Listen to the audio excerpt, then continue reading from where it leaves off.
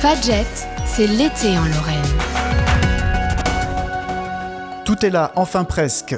2, c'est une exposition à voir jusqu'au 30 août à l'hôtel du département, 48 Esplanade Jacques Baudot à Nancy, avec au programme 7 artistes et un collectif meurthe-et-mosellan. Et pour présenter cette seconde partie, nous accueillons en studio l'Aglo. Bonjour. Bonjour Yves, comment vas-tu ?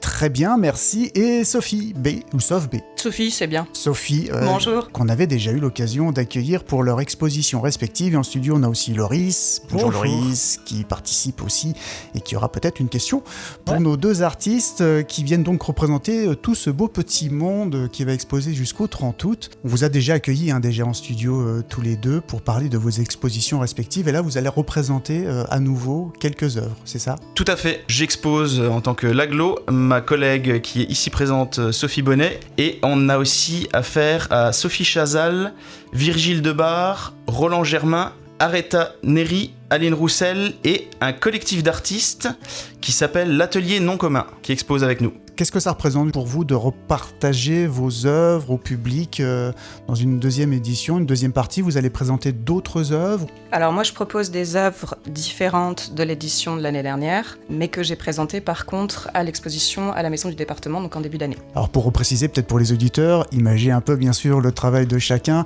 plus du dessin, du graphisme? Du dessin, et donc du coup c'est la série qui est inspirée par des références fabriquées par des intelligences artificielles, des applications de graphisme d'intelligence artificielle, donc je suis toujours là-dessus. L'année dernière, on savait que c'était une expo collective. Moi, je pensais qu'il allait y avoir beaucoup de monde, pas trop d'espace, donc j'avais proposé une toute petite expo. Et donc du coup, là, je suis venue avec des 40 par 50. Parce qu'il y a beaucoup d'espace. Ouais. Donc il y aura des œuvres avec une inspiration d'IA, c'est ça? Parce que vous nous expliquiez dans une précédente interview que vous retravaillez derrière, évidemment. Et pour l'Aglo, alors, ce sera quel type d'œuvre? Moi, j'ai choisi de partir sur une rétrospective de tout ce que j'ai fait depuis quelques années. Donc en gros, pour faire simple, il y a 2 séries. Une série d'encre sur papier, que du noir et blanc avec très très peu de couleurs, et une série de tableaux qui est vraiment technique mixte, sur support en bois en fait, où il y a différents styles de peinture, peinture aérosol, peinture acrylique, du dripping, des trucs très carrés, également des collages, enfin voilà, quelque chose de très mixte, pour vraiment donner une sensation de tout ce que j'ai voulu faire passer depuis les dernières années. Voilà, l'exposition elle est visible depuis fin juin à l'hôtel du département. Donc là on a 2 artistes en studio, et pour présenter un peu en quelques mots les autres techniques qui sont représentées par les autres artistes, qu'est-ce que vous pourriez dire? Alors donc pour l'Atelier Non Commun, de ce que j'ai cru comprendre, c'est un collectif, et là il est représenté par 2 personnes, donc Maya Cuna et Quentin Gaudry. Ils travaillent autour de la fabrication de la forme, à la fois du point de vue design éditorial et graphique. Ils proposent un échantillon d'une série qui s'appelle Please Wait, et qui est une réflexion sur le temps de latence dans le cadre de la fluidité en fait. C'est vrai qu'actuellement on consomme de l'image très fluide, et donc du coup eux proposent de s'arrêter vraiment sur un instantané. La technique c'est une impression digitale sur plexiglas. On est vraiment sur une impression, c'est-à-dire on s'arrête à un moment donné et on regarde une image abstraite du coup, puisqu'elle n'est pas finie, mais elle va se finir. Elle est le résultat de la précédente image et elle précède la prochaine image en fait. Voilà, donc là c'est le travail de ce collectif de 2 artistes, l'Atelier Non Commun. Effectivement. On a aussi Sophie Chazal. C'est du dessin en l'occurrence. Elle va travailler sur la thématique de l'intériorité, l'introspection, le doute et de la profondeur de l'être humain. C'est un regard différent, une sensation sur le monde qu'elle veut donner en fait, à travers ses œuvres qu'elle expose. Au sujet de Sophie, je voulais aussi souligner la technique. Alors elle appelle ça crayonné systématique, donc ce qu'on appellerait communément le gribouillage. En fait, elle va répéter la forme jusqu'à aller, la ligne, jusqu'à avoir en fait une forme qui donne un côté très topographique en fait. Donc du coup, on a une sensation de topographie de l'âme humaine, quoi. On continue cette présentation peut-être avec Virgile Debar qu'on a déjà eu accueilli en studio. C'est un personnage, quelqu'un de très très intéressant. Donc c'est un artiste contemporain qui expose en France et en Europe. Il utilise aussi des techniques mixtes. En l'occurrence, ses œuvres actuelles, c'est du dessin, de la peinture ou de la sérigraphie. Et on voit vraiment que c'est quelqu'un qui est très très influencé par l'art urbain, la bande dessinée, la board culture et le punk rock. Des tableaux soit très colorés avec des expressions très chimériques, des assemblages d'humains, d'animaux avec des fonds presque oniriques, des nuages, tout ça. Ou alors les mêmes représentations en noir et blanc où il joue vraiment sur le contraste en fait. Voilà. Quelque chose de très très intéressant, très dense, très visuel. C'est très dans la culture, du graphe, tout ça, voilà, très actuel, très contemporain. Voilà, beaucoup de descriptions de leur travail qui attisent la curiosité, mais c'est pas fini. On peut continuer peut-être avec le travail de Roland Germain. Roland, il était venu proposer l'année dernière, donc pour la première édition, une série qui s'intitulait Géométrie variable, où il travaillait du coup la forme la plus simple, qui est la forme géométrique, de façon complexe certes, mais voilà, dans l'efficacité de la forme.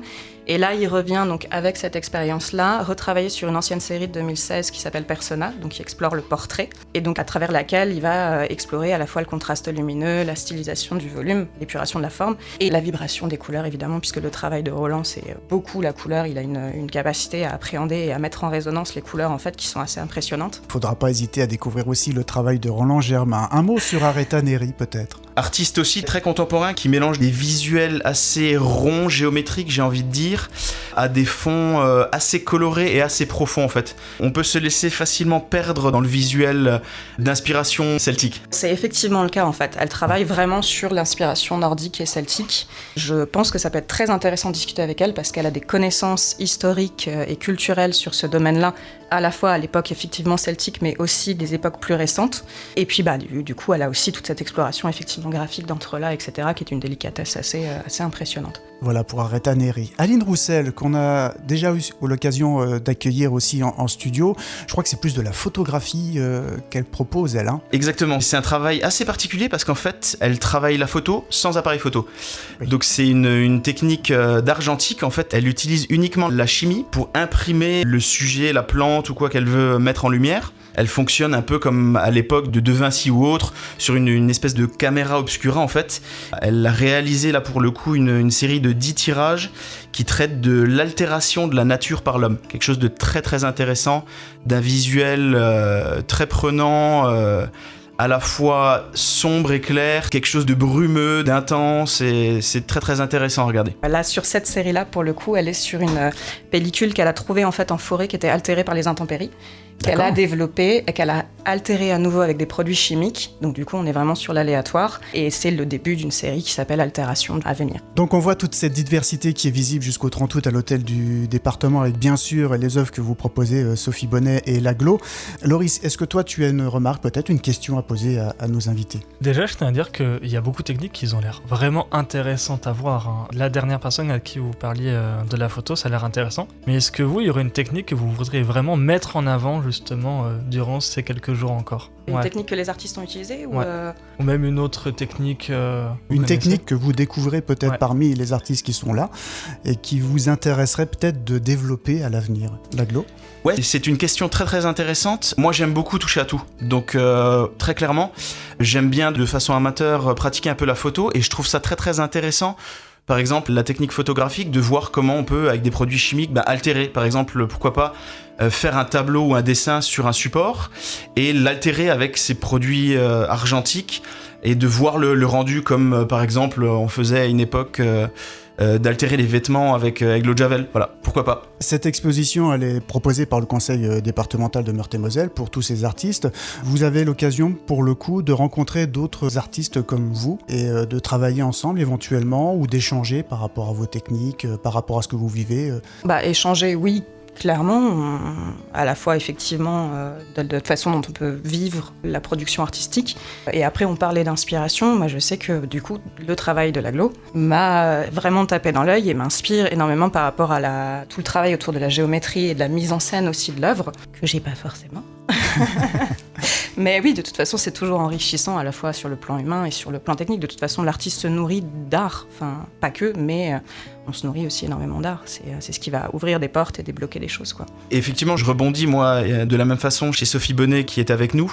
Je m'inspire également de ce qu'elle fait. Je trouve sa démarche sur l'intelligence artificielle très intéressante, de laisser l'intelligence artificielle, entre guillemets, faire une partie qu'elle fait avec son programme informatique et de s'en inspirer pour recréer quelque chose par derrière. C'est très contemporain pour le coup, c'est très d'actualité, très intéressant. Le plus simple, c'est vraiment de se rendre à l'hôtel du département, c'est visible jusqu'au jusqu'au 30 août. En plus, l'entrée est gratuite, donc franchement, il n'y a pas à hésiter. C'est au 48 Esplanade Jacques Baudou à Nancy.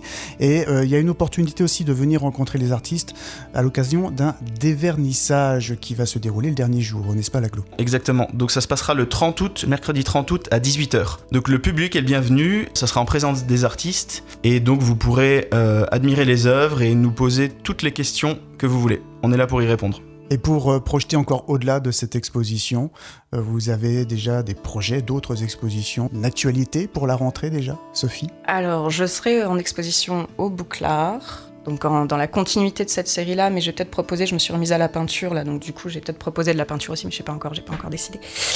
Et par contre, je sais plus, c'est fin octobre, je crois. Fin octobre au J'ai Bouclard. pas checké mes dates. Mais on vous suivra sur les réseaux sociaux. Voilà. On mettra les liens, bien sûr, sur le site de la radio, fadjet.net, avec le podcast. Et pour l'aglo, alors, la rentrée, l'actualité ? L'actualité, c'est au mois d'octobre et novembre, j'expose à la MJC Jean Savine, donc de Villers-lès-Nancy. Et début 2024, je suis pas encore sûr du mois, je vais exposer dans une microbrasserie qui s'appelle la microbrasserie Grenaille à Rosières-aux-Salines. Voilà. Merci Laglo, merci Sophie. Sophie, un dernier mot peut-être ? Est-ce que oui, on peut juste rajouter un petit remerciement pour Arnaud Martin, donc, qui travaille pour le département et qui nous a permis d'organiser, nous a accueillis, nous a sélectionnés aussi, et nous a accompagnés pour cette expo-là comme l'année dernière, et sa stagiaire, donc Manon Milonnet, ainsi que pour Xavier Caille qui fait un petit peu le lien par rapport à tout ça. Donc voilà. Merci à Sophie Bonnet et Laglo. Notez bien que l'exposition Tout est là, enfin presque 2 est visible jusqu'au 30 août à l'hôtel du département 48 Esplanade Jacques Baudou à Nancy, avec donc au programme 7 artistes et un collectif meurthe-et-mosellan. Notez également que l'entrée est libre pour cette exposition et elle est visible du lundi au vendredi de 8h30 à 12h et de 13h à 17h30.